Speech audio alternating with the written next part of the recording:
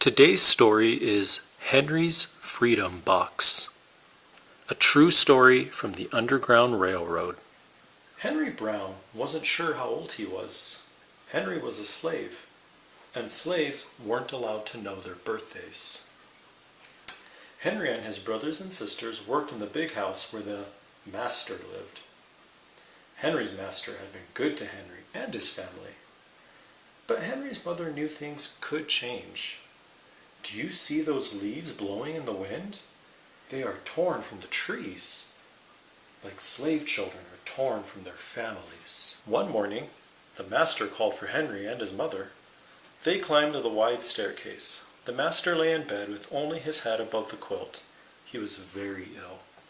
He beckoned them to come closer. Some slaves were freed by their owners. Henry's heart beat fast. Maybe the master would set him free. But the master said, "You are a good worker, Henry. I'm giving you to my son. You must obey him and never tell a lie." Henry nodded, but he didn't say thank you. That would have been a lie. Later that day, Henry watched a bird soar high above the trees. "Free bird, happy bird," Henry thought. Henry said goodbye to his family. He looked across the field. The leaves swirled in the wind. Henry worked in his new master's factory. He was good at his job. "Do not tear the tobacco leaf," the boss yelled at the new boy. He poked the boy with a stick.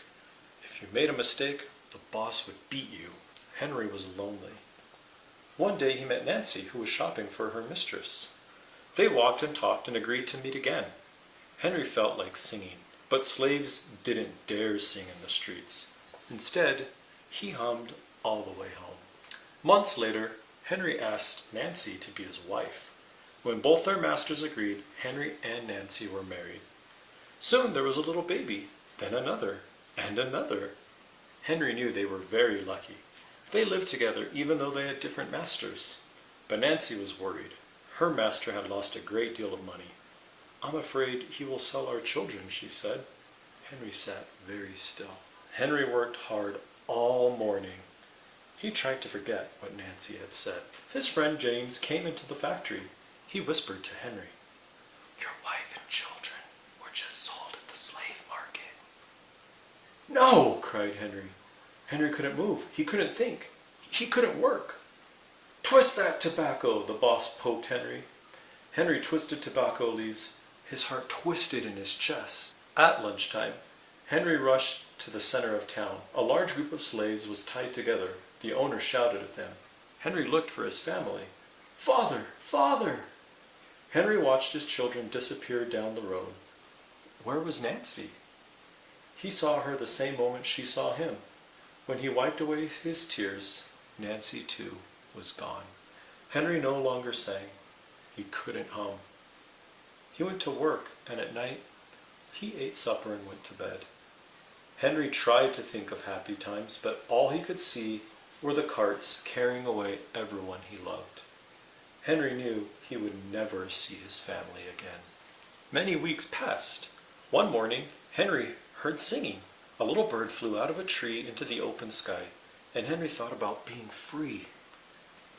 But how? As he lifted a crate, he knew the answer.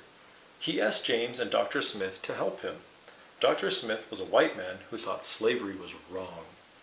They met early the next day at an empty warehouse. Henry arrived with a box. I will mail myself to a place where there are no slaves," he said. James stared at the box, then at Henry. "What if you cough and someone hears you?" "I will cover my mouth and hope." Dr. Smith wrote on the box, "To William H. Johnson, Arch Street, Philadelphia, Pennsylvania." Henry would be delivered to friends in Philadelphia.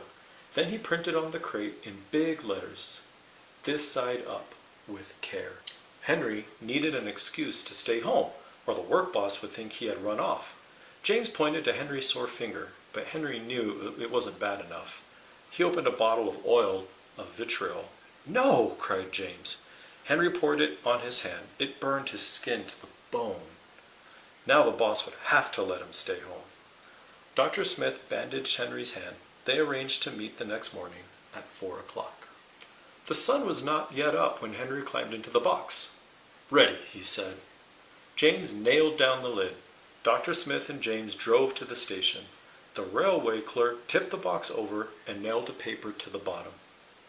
Dr. Smith begged the clerks to be careful, but they didn't listen. They threw the box into the baggage car. Hours passed. Henry was lifted up and thrown again, upside down. He heard waves splashing. This must be the steamboat headed for Washington, D.C. The ship rode smoothly, but Henry was still upside down. Blood rushed to his head. His face got hot. His eyes ached. He thought his head would burst. But he was afraid to move. Someone might hear him. "I'm tired of standing," someone said. "Why don't we move that box and sit on it?" said another. Henry held his breath. Could they be talking about his box? Henry was pushed. The box scraped the deck. Now he was on his right side. Now on his left. And suddenly, right side up. "What do you think is in here?" said the first man. "Mail, I guess," said the other. "I am mail," thought Henry, but not the kind they imagined. Henry was carried off the steamboat and placed in a railroad car, this time head up. He fell asleep to the rattling song of the train wheels. He awoke to loud knocking. "Henry, are you all right in there?" "All right," he answered. The cover was pried open. Henry stretched and stood up. 4 men smiled at him. "Welcome to Philadelphia." At last Henry had a birthday, March 30th, 1849, his first day of freedom. And from that day on, he also had a middle name. Everyone called him Henry Box Brown. At the end of this book, there is something called an author's note. I'd like to read it because I think it's really important in helping us understand a little bit more about this book, Henry's Freedom Box. In the mid-1800s, there were about 4 million slaves living in the United States. Slaves were owned like tables or cows or wagons. Historians believe between 60,000 and 100,000 slaves escaped to freedom, traveling on what was called the Underground Railroad. The Underground Railroad wasn't a real railroad. It was all the secret ways slaves made their way from the south to the north. They hid in cars, rode on horseback, walked hundreds of miles through forests and swamps, and crossed flowing rivers in summer and icebound rivers in winter. Conductors and station masters hid them and helped them throughout their journey. When Henry Brown climbed into his freedom box, he hoped he'd be carried to a safe world. He brought along a small tool to make air holes, a little water, and a few biscuits. Henry arrived in Philadelphia, having traveled 350 miles from Richmond, Virginia in 27 hours. His story made newspaper headlines in America and Europe. Henry never found Nancy and his children. In 1850, he went to England, and there were some reports that he married again. We do know with absolute certainty that Henry Box Brown became one of the most famous runaway slaves on the Underground Railroad, the man who mailed himself to freedom. One of the things that I can really appreciate about Henry Brown, or Henry Box Brown, is that he knew that there were things not right in the world, things that were not good. In this case, back in the history of the United States, when it was legal to own slaves, he realized that slavery was a bad thing and that he needed to get his freedom. So he did everything he could, in this case, mailing himself, literally putting himself in a box and mailing himself to Philadelphia just to escape from being a slave. And I think that takes a lot of courage. It's really hard to do something where you have no idea what's going to happen. But one thing that I really love about Henry is that he did everything he could because he knew it was the right thing. He knew that he couldn't be a slave forever. And I can't imagine what it must have been like for him to see his wife and his kids being sold off to someone else that he would never see again.